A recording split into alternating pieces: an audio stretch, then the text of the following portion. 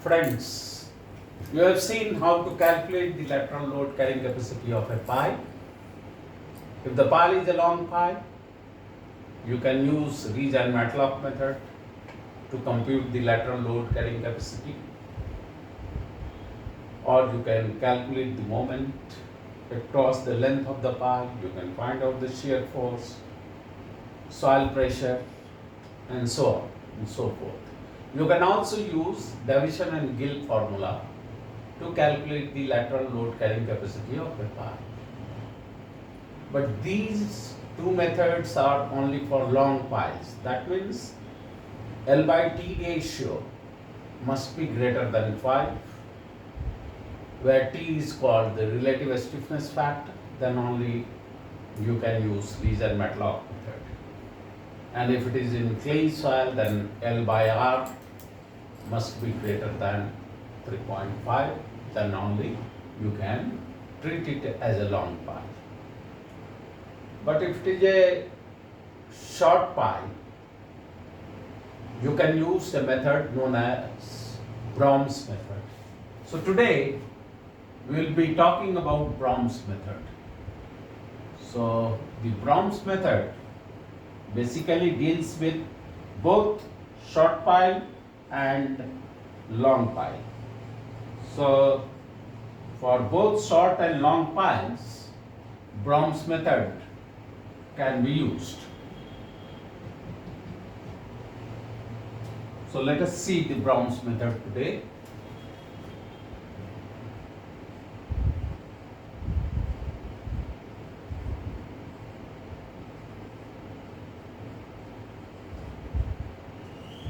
We can use it for short pipe,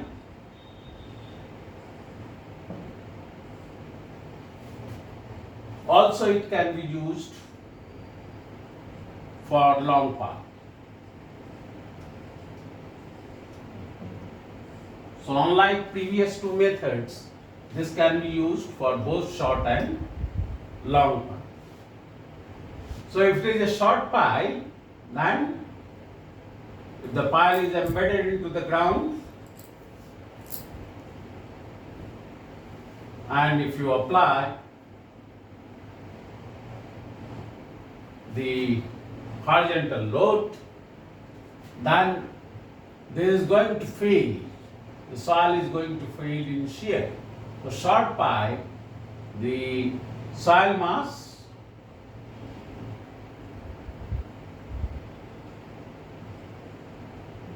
fail in shear. Whereas if it is a long pipe, then in a long pipe, what happens? The pipe is going to bend. So bending of pipe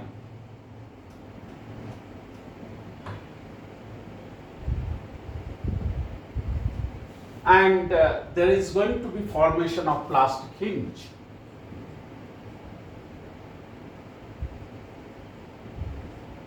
Plastic hinge formation takes place, and that leads to failure in a long pipe. So that's the basic difference here. The soil mass fails in shear, and if it is a long pipe, there is going to be formation of plastic hinge because of the bending of the pipe. Now the pipe will be restrained pipe. Say this is the pipe, and you apply the ultimate load, then this pipe is called a restrained pipe or fixed headed pipe.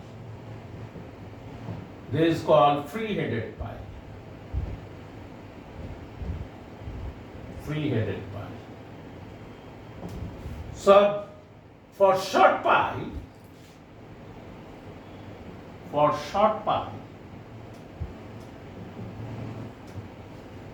calculate the L by T or L by D R ratio,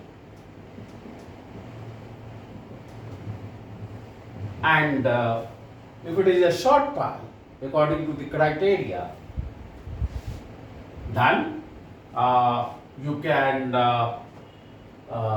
find out, you can then we can find out the lateral load carrying capacity, lateral load carrying capacity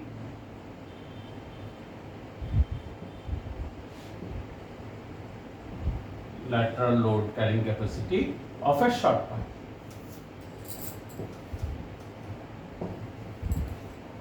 If it is a short pile, you know the deflection pattern I have already explained.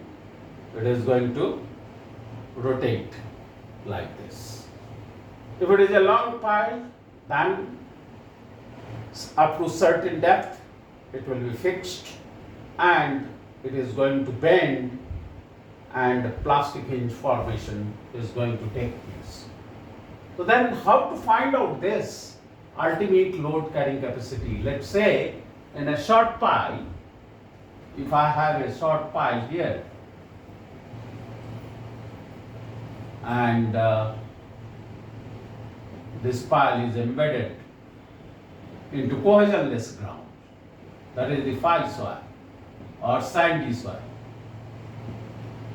There is QUG, this is the eccentricity. Then Broms has given a chart. The chart shows that here on the x-axis it is L by D ratio, where L is the length of the pipe and D is the lateral dimension or the diameter of the pipe. If it is a circular pipe, then it will be L by D ratio. And then you will be find that on the x-axis it is L by D ratio, and on the y-axis you will be getting a dimensionless quantity from the Broms chart, and that quantity is QUG. The ultimate load carrying capacity of the pipe QUG, it's a dimensionless quantity divided by gamma into dq into kp, gamma dq. So you can just see the unit of gamma is kilonewton per meter cube, dq, d will be in meter, so it becomes kilonewton, and kp will be 1 plus sine phi upon 1 minus sine phi, which is the coefficient of passive work pressure. So it becomes a dimensionless quantity, and Q is the lateral load carrying capacity of the pipe. So this becomes a dimensionless quantity. And the charts are given for restrained pipe and looks like this. This is for restrained pipe. That means you have a pile cap and you know the meaning of fixed headed or restrained pipe. And then for free headed pipe, the charts are given by Broms like this, where there is going to be E by L ratio. So E by L ratio, the eccentricity is called E and L is called the length. So E by L ratio from 0 to 3, you can just find out the L by D ratio. It is going to be here 0 and the maximum value is going to be 20. So there is the chart. So this chart is provided by Broms. So Broms chart can be used. So calculate the L by D ratio, and for the L by D ratio, find out this parameter. And you know the properties of the sand, that is gamma is known to you, diameter is known to you, and Kp is going to be tan square 45 plus 5 by 2. That is 1 plus sine phi upon 1 minus sine phi. And therefore, the denominators are known to you, hence you can, therefore we can find out the ultimate load carrying capacity in a short path. Now let's say it is this pile is embedded not in this sand, this is in sand, but it is in clay. So then again here it is going to be L by D ratio. So L by D on the x-axis, here it will be 0 up to 20, and it's given 20, then 16, 12, 8, 4, like this. And here on the this it is QUG divided by CU. What is the unit of CU? CU is kilopascal, that is kilonewton per meter square, into ds square. So this becomes a dimensionless quantity. So for this L by D ratio, you will be finding out that this is going to be for restraint pipe like this, and for other piles you will find it that it is going to be, charts are given for different E by D ratio. So E by D ratio, different values you can calculate for the given L by D ratio, this quantity, and therefore you can find out QUG. So in brief, for short pipe you can easily calculate, you can apply Brom's method and you can find it out. Now if it is a long pipe, for long pipe how to calculate? So L by T or L by R ratio, calculate it, and if according to the criteria you find that it's a long pipe, then again you will have to make use of the chart for the long pipe. So for the long pipe, the charts are given by Broms. So the first chart is for sand, and where in the long pipe, because the bending is going to take place, here the plastic hinge is going to form, so you will be having the yield moment. So on the denominator you will be having yield moment My upon Kp into gamma D4. So this becomes a dimensionless quantity. The maximum value is 0.1, then it is going to be 1, 10, up to 10,000, 100, and so up to 10,000 you will be having. And on the y-axis you will have, as usual, QUG.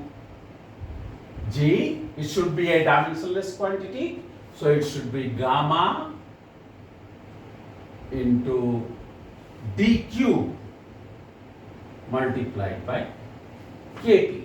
So from the chart you will find that the first chart is for restrained pipe, and the other charts are for free-headed pipe. So you will be finding so many charts. These are for free-headed pipes.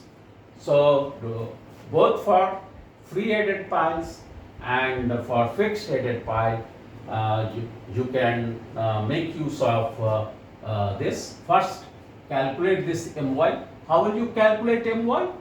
You know the relationship M by I equal to F by Y. When you are going to bend any element, the moment is going to come into picture. There is moment of inertia I.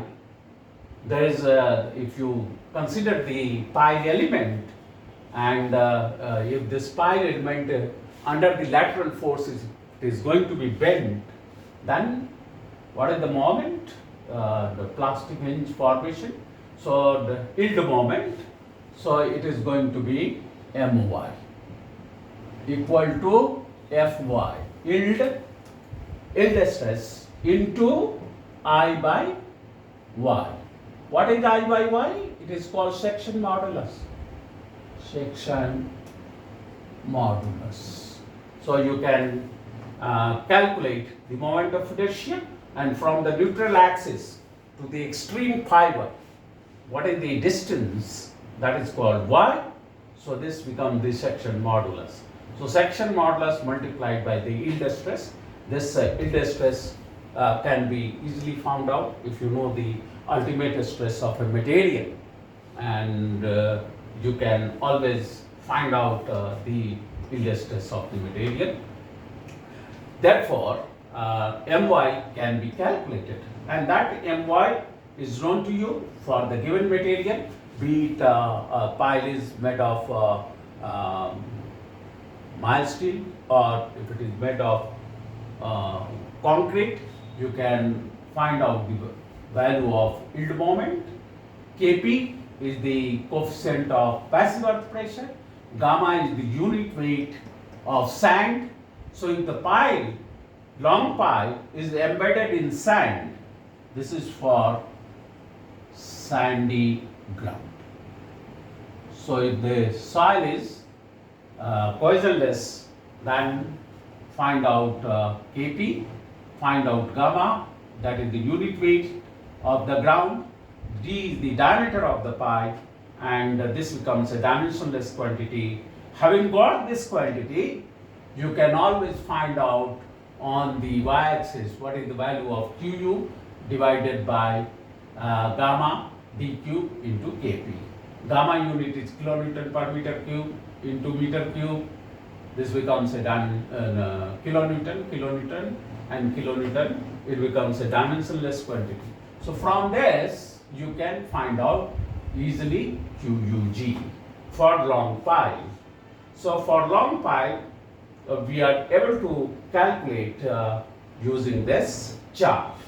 Now, if you want to calculate for clay, then also it is very simple. So if it is the pile is embedded in clay, so it is embedded in clay. Then again, what I need to have is on the y-axis My divided by Cu into dq. So this becomes a dimensionless quantity. Kilonewton meter, there is kilonewton per meter square into meter cube becomes kilonewton meter. So this becomes a dimensionless quantity again. And then you have here Q U G divided by Cu d square. And the charts are given by Broms, that can be easily found out. These charts, we will be dealing with these charts later on while solving the problems. So we can find out the lateral load carrying capacity very easily, whether the pile is embedded in sandy ground or in the cohesive ground. We can find out very easily this. We can also find out the deflection. So for finding out the deflection, the simplest way is again to use the chart. So if it is a long pile or a short pile, how to find out the deflection? So if you want to find out for long pile the deflection,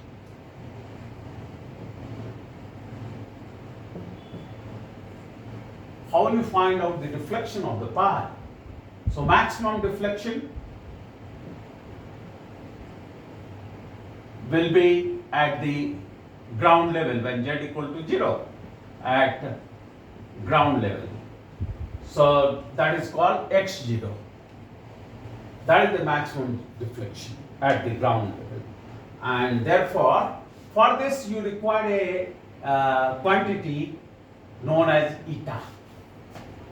What is this eta? How to calculate? This is the fifth root of NH. NH is the horizontal subgrade reaction of sandy soil divided by EI of pile material. So what is the flexural rigidity of the pile material? So fifth root of NH divided by EI, its unit will be per meter or meter minus. So this will be the unit. If it is in, if the long pile is embedded in clay, this is in sand, and if it is embedded in clay, calculate a quantity known as beta. So what is, how to calculate? This is the fourth root of K into D, where K is the horizontal subgrade reaction of the clay soil. So K divided by 4 times EI of pile material. So this is the equation. So if you know eta and beta, then you can make use of chart. Say for sand, Broms has given a chart. Here it is eta multiplied by the length of the pile. So this is per meter into meter. This becomes a dimensionless quantity. So again, eta L becomes dimensionless quantity. Dimensionless quantity. And on the y-axis, you will find he has given the maximum deflection, that is going to be x naught, that is the maximum deflection, multiplied by EI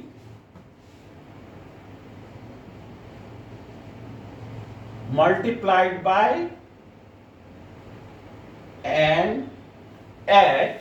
Now it is x naught is the maximum deflection, EI. Now the power of EI is 3 by 5. 3 by 5.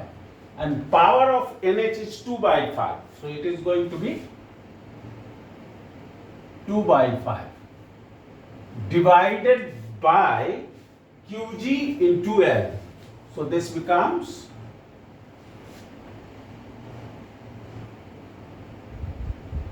QG into L. And the charts are given like this. So something like this. The charts are given, number of charts, and the lowest deflection will be in restrained piles, and maximum deflection will be for free-headed pile. So free-headed pile, the deflection will be more at the ground level. So x naught can be found out. This is again a dimensionless quantity. X naught EI raised to power 3 by 5.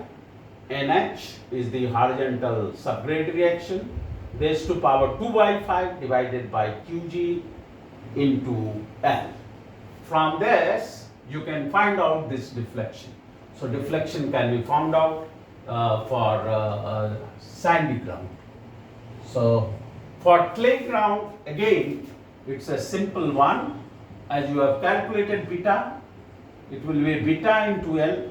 So this becomes again a dimensionless quantity. And here it, on the y-axis, you will have, you want to find out x naught into KDL upon QG. And the charts are given. Charts are like this.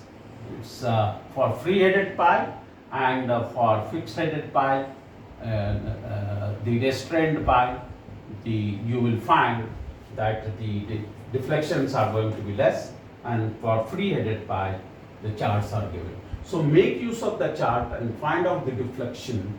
So when you take a problem, you will be able to use these charts, and these charts will be shared with you, the values will be shared with you, and you will be able to find out both the lateral load carrying capacity and the deflection of the pile. Thank you very much.